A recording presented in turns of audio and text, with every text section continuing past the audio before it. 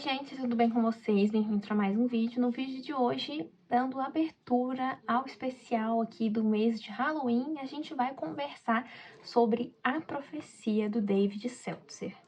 Publicada em 1976, A Profecia vai contar a história da chegada do Anticristo em meio ao século XX, né? E esse Anticristo, ele vai vir através de uma criança, não através, né, ele vai nascer na figura de uma criança muito bonita e muito angelical. Que daí a gente já pode pensar numa referência ao próprio Lúcifer, né?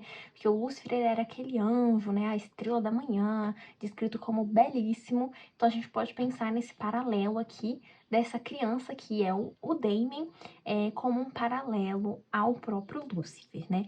E aí na página 186, a gente vai ter aqui um trecho, assim, explicando um pouco sobre essa profecia, o que ela quer dizer. E aí eu vou ler para vocês, porque essa profecia ela vai sendo retomada em diversos momentos ao longo do livro. Mas basicamente o que ela quer dizer é o seguinte: e sobre esta terra virá o Messias do mal, o filho de Satã em forma humana, criado pelo estupro de um animal quadrúpede. Assim como o jovem Cristo espalhou amor e ternura, o anticristo espalhará o medo e o ódio, sendo recebidos seus mandamentos diretamente do inferno. Então a gente vai ter aqui essa profecia que dá título ao nome dessa chegada desse anticristo, que seria a oposição do Filho de Deus. Então, para ter um Filho de Deus, tem que ter meio que uma oposição, que vai ser a figura do Damien. Então o livro ele vai começar com o nascimento dessa criança, que vai nascer um dia bem sugestivo, no dia 6, no sexto mês, às 6 horas. Então, por isso que a gente tem até aqui na capa, né, representado esse triplo 6 aqui, né? Porque 6, pra quem não sabe, é o número, né, daquele lá que você sabe muito bem, que habita lá na escuridão. Então, o livro ele vai começar com o nascimento dessa criança que, teoricamente, vai ser o filho de um embaixador, né, um político bem renomado, um político bem famoso, que é o Thorne. Né? Eu não sei como é que pronuncia muito bem, não, porque é Thor, mas tem um N no final. Então, o Thorne, né? Então, no dia do nascimento dessa criança, ele está viajando, a esposa dele está em Roma, e aí ele recebe uma ligação falando: olha, você precisa chegar aqui, né? Porque tá acontecendo aqui umas coisas. E aí ele vai lá e quando ele chega, ele descobre que o filho dele morreu ao nascer, mas que a esposa está bem. E aí, nesse momento, o narrador, né, que a gente tem uma narração em terceira pessoa, ele vai fazer um retrocesso no passado para mostrar um pouco pra gente sobre esses dois personagens que vão ser os nossos pais do anticristo. Então, Thor é esse embaixador bem renomado, um político muito importante, tá? E não é à toa que o anticristo vai nascer, né, ser criado nessa família. E aí a gente tem a esposa dele, que é a Kate.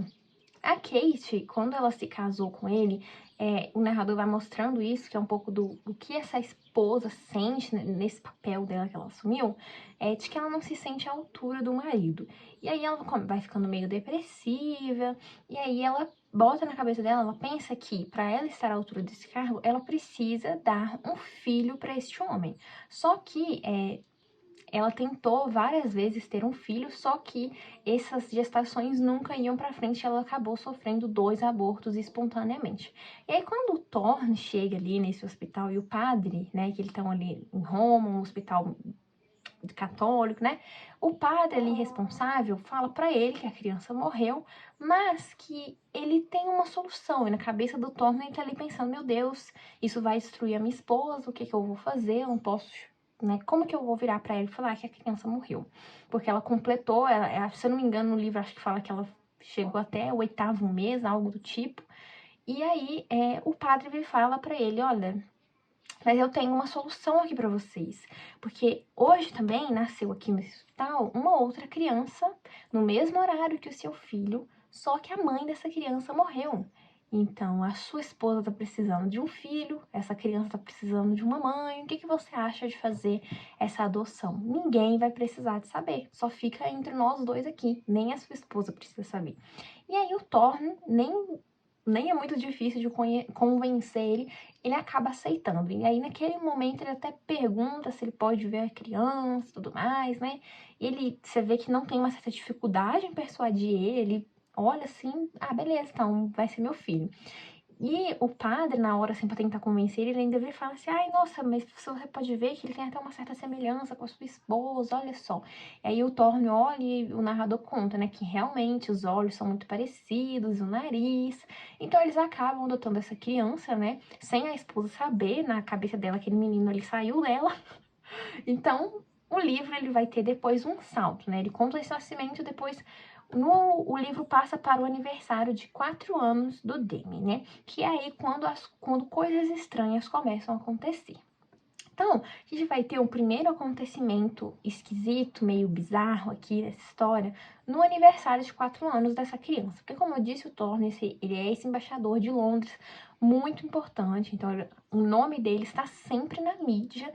Eles são tidos como essa família perfeita. Então, todos os paparazzis estão sempre em cima, os fotógrafos, saindo notícias deles o tempo inteiro. E aí, nesse aniversário, a gente vai conhecer a figura do James, que é também um paparazzi, que esse paparazzi, ele vai ficar meio obcecado com essa família em descobrir um podre deles, porque no seu ramo ali, ele já entende que não existe uma família perfeita, ninguém é perfeito, então ele começa a meio que perseguir essa família para tentar descobrir qual que é o podre. E aí, nesse aniversário, as coisas começam a acontecer e o James vai estar lá com a sua câmera para registrar certos acontecimentos. Então, o que que rola, né? O Damien tá lá no aniversário, que tá meio com a temática de circo, né? Então, tem várias coisas do circo ali, entre elas uma tenda de leitura de mão. E aí, o Damien tá com a sua babá e, consequentemente, a babá que tá ali no centro das atenções, porque ela está com a criança. Então, todas as fotos que os paparazzi estão tirando, é ela quem está aparecendo. E aí, a Kate, que é a mãe do Damien, vai olhar aquilo, não vai gostar muito, vai pegar a criança da babá e vai com ele para essa tenda de leitura de mão. Só que aí, quando chega lá nessa tenda, a cartomante, que é uma cartomante contratada ali, ela olha para a mão daquela criança e acha uma coisa muito estranha, porque não há linhas de personalidade na mão do Damien, não há linha nenhuma, ele tem a mão completamente lisa.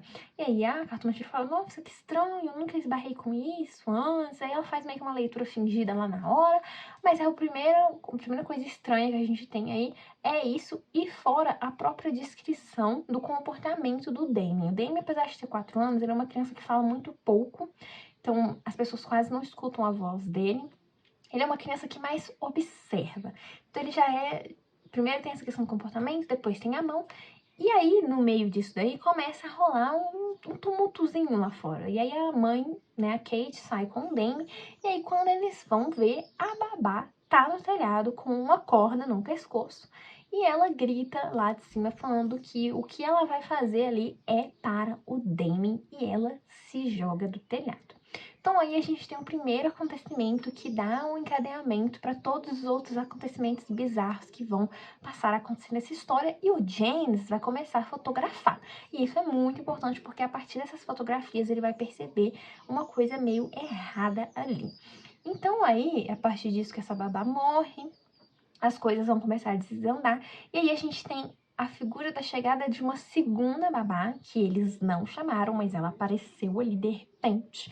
E aí ela falando que foi mandada pela agência, e a partir disso a gente vai ver que essa criança, o Damien, ele está sendo muito protegido. Tem algumas pessoas meio esquisitas que vão passar a proteger eles, incluindo essa babá, que é a senhora Baylock, e ela é uma figura muito assim, meio bizarra, né? A gente já vê que tem algo de estranho ali com ela. Os demais empregados vão começar a reparar que essa senhora Baylock, ela tem certos comportamentos meio estranhos. Vão passar isso depois para os pais do Damien, né? Primeiro de tudo é que ela não come com os empregados, aparentemente ela não se alimenta, ela não usa o banheiro, se ela usa, ela não se limpa.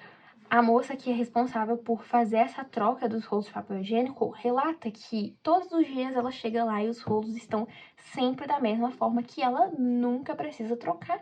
E a outra coisa mais bizarra de todas é que toda noite ela sai para passear numa floresta que tem ali perto, né? Então, a princípio, você pode olhar e pensar assim, putz, essa mulher é meio estranha, age meio esquisito. O Damien começa a se apegar muito a ela, nem a querer ficar mais tanto com a mãe deles. E aí vocês podem pensar, uai, esses pais não vão querer demitir essa babá, eles não vão perceber que tem algo de errado, eles até percebem, mas vocês vão perceber que, eles até percebem e vocês vão perceber, ao paralelo, né, uma repetição aqui na minha fala. Mas enfim, aí vocês vão perceber que essas pessoas que estão protegendo esse anticristo, esse filho do demônio, elas são muito persuasivas e elas vão dar um jeito de contornar essas situações para que elas continuem ali estabelecendo seu papel. Então, a senhora Baylock, ela não vai ser demitida, ela vai continuar ali ao lado do James, cumprindo a sua função de proteger essa criança para que ela exerça o seu papel no futuro.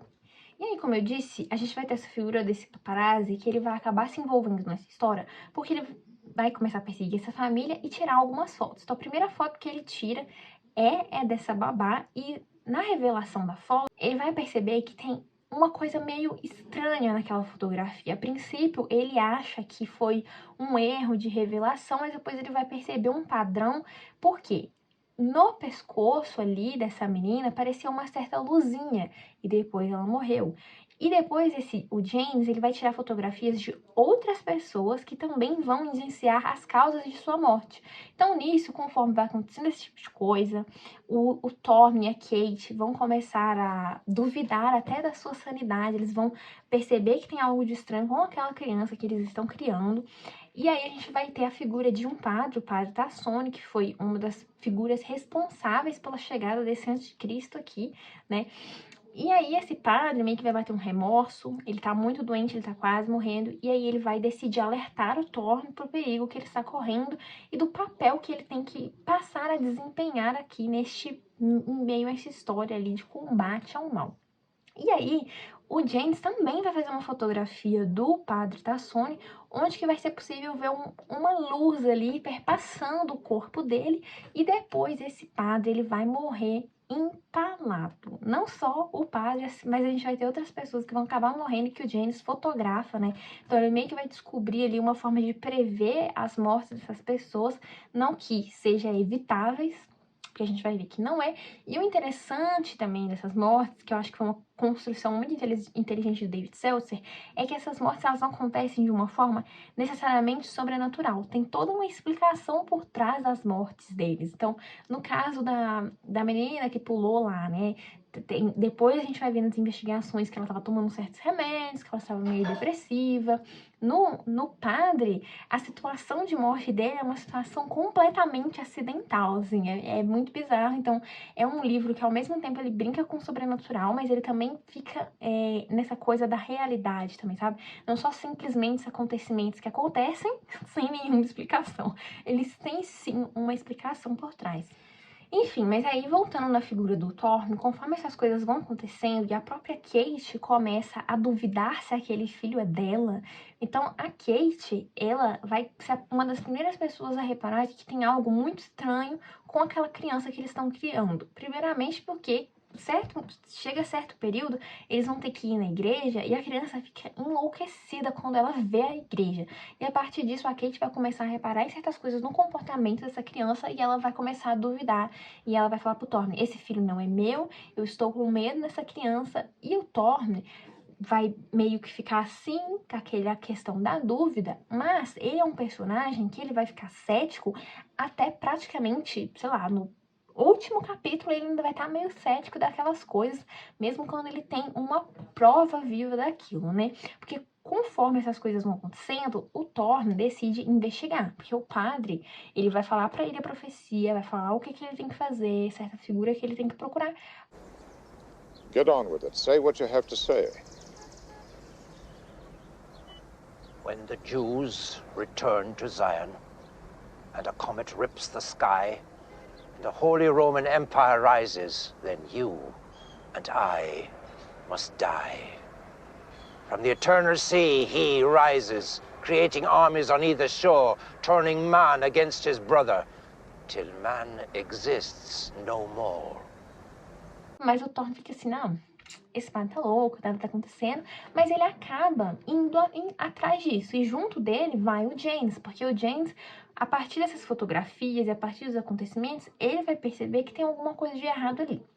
Então eles vão atrás, né, vão começar a procurar, e mesmo que o Thorne tem uma prova, porque esse livro, ele vai ter uma dúvida presente nele ao longo desse livro todo, que vai mesclar com o psicológico desses personagens. Então esses personagens vão começar a se questionar se eles é que são loucos, porque afinal a gente está se tratando aqui de uma criança de 4 anos, uma criança muito bonita, com traços angelicais, né? Então tem todo esse contraponto. Então esse livro, ele vai ficar nessa dúvida o tempo todo de, será que isso está acontecendo mesmo ou será que eu tô ficando maluco? Então, mas aí chega um momento que tem essa resposta para a dúvida. O Thorne encontra essa resposta, mas ainda assim ele fica meio cético com aquilo. Ele é aquele personagem que ele vai ficar cético até o final, mesmo, e só depois, assim, de um certo ponto é que ele compreende o papel que ele tem que desempenhar, o que ele vai precisar fazer. E, gente, quando chega no final, o livro, ele acaba de um jeito que eu fiquei me questionando, assim, do que eu gostei, será que eu gostei? Porque eu mesmo, não vou falar como que termina, se no fim tudo dá certo ou não, mas eu terminei de ler o livro e eu fiquei, assim, pensando se eu gostei, se eu não gostei, mas acabou que no fim eu gostei, por causa do livro como um todo. Ele tem uma ótima construção e ele pega como pano de fundo coisas que estão ali presentes na Bíblia, no Apocalipse, né? Se você pegar lá para ler, você vai ver que diversas passagens aqui dessa profecia estão lá. Então, é uma coisa muito interessante. E o contexto de criação desse livro é mais interessante ainda. Porque lá na década de 70, como eu disse para vocês, esse livro foi publicado em 1976.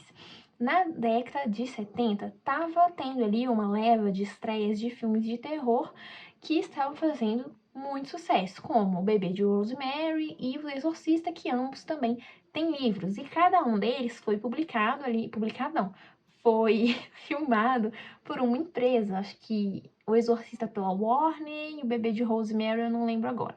Então, outras empresas também precisavam criar os seus filmes de sucesso, e aí que nasce o contexto de criação desse livro, porque o roteiro também foi escrito juntamente com o livro, também pelo David Seltzer, né?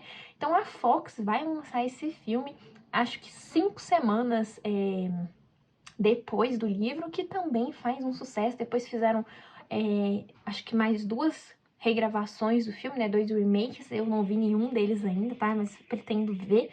E esse livro, ele passou um bom tempo sem publicação aqui no Brasil, né, e aí ele foi republicado nessa edição maravilhosa, lindíssima, pela Pipoca e Nanquim, que eu gostei bastante da edição, tanto que aqui, né, como eu disse que o livro foi escrito em conjunto do roteiro, no final, a Pipoca e Nanquim coloca uns trechos aqui do roteiro, olha, pra gente, em inglês, o que eu achei bem legal, tá? E outra coisa que aconteceu no contexto de publicação desse livro, desse filme, foi que diversas pessoas passaram a buscar a Bíblia. Então, a Bíblia, que tinha passado um certo tempo ali, meio que esquecida, voltou para o top 1 de livros mais vendidos, porque as pessoas ficaram interessadas em ler as partes aqui do Apocalipse, principalmente do Apocalipse, né, que são mencionadas aqui nesse livro. Então, esse livro, ele desempenhou ali um papel muito interessante ali na década de 70. Livro, eu gostei muito de fazer essa leitura, tá? É um livro que ele tem uma linguagem muito fluida, eu não achei nem um pouco difícil. É um livro que você vai ler muito rápido, os capítulos, eles não são muito grandes, a narrativa, ela tem um toque meio frenético dessa coisa de uma luta de bem contra o mal e desses personagens que estão em perigo iminente, tentando resolver esse problema. E essa coisa também do ceticismo de, será que eu tô maluco? Será que isso realmente está acontecendo, tá?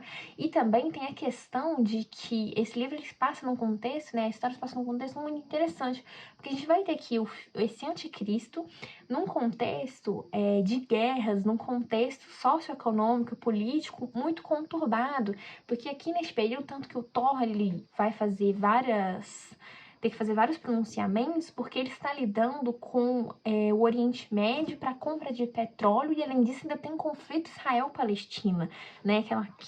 Aquele rolê maluco lá para que a terra lá, que todos os dois povos dizem que são descendentes ali, que é uma terra deles, e aí eles têm todo esse rolê aí por trás. Então esse livro ele vai trazer essas questões políticas que é muito interessante de pensar, porque esse anticristo ele foi justamente parar numa família de um político, de um governo de uma das maiores potências do mundo, né? Então assim, não foi à toa, não foi de caso, não foi como é que é a palavra, gente? Não foi ocasional, né? Não foi uma coisa do acaso que o Thor, né, fosse escolhido para ser o pai dessa criança, né? Enfim, era isso que eu tinha pra comentar com vocês sobre esse livro. Eu super recomendo essa leitura. Apesar de estar classificado no gênero terror, esse livro não é um livro que está muito carregado no terror. Ele não é um livro que dá um medo, mas ele é um livro mais... Eu acho que ele é um livro mais interessante por ele brincar com essa... Brincar não é a melhor palavra, né? Mas por ele beber nessas questões tanto políticas quanto religiosas e pegar de um livro sagrado, criar uma história a partir disso. Enfim, é um livro muito bom. E aí eu deixo a recomendação aqui para você fazer essa leitura temática aqui nesse mês de outubro. E aproveitem para ver o filme e comenta para mim se você já leu, se você gostou, o que você achou, tá bom? Então era isso, espero que vocês tenham gostado. Não esqueça de deixar um like, se inscrever no canal e comenta o que você achou do vídeo, tá bom? Um beijo e até o próximo.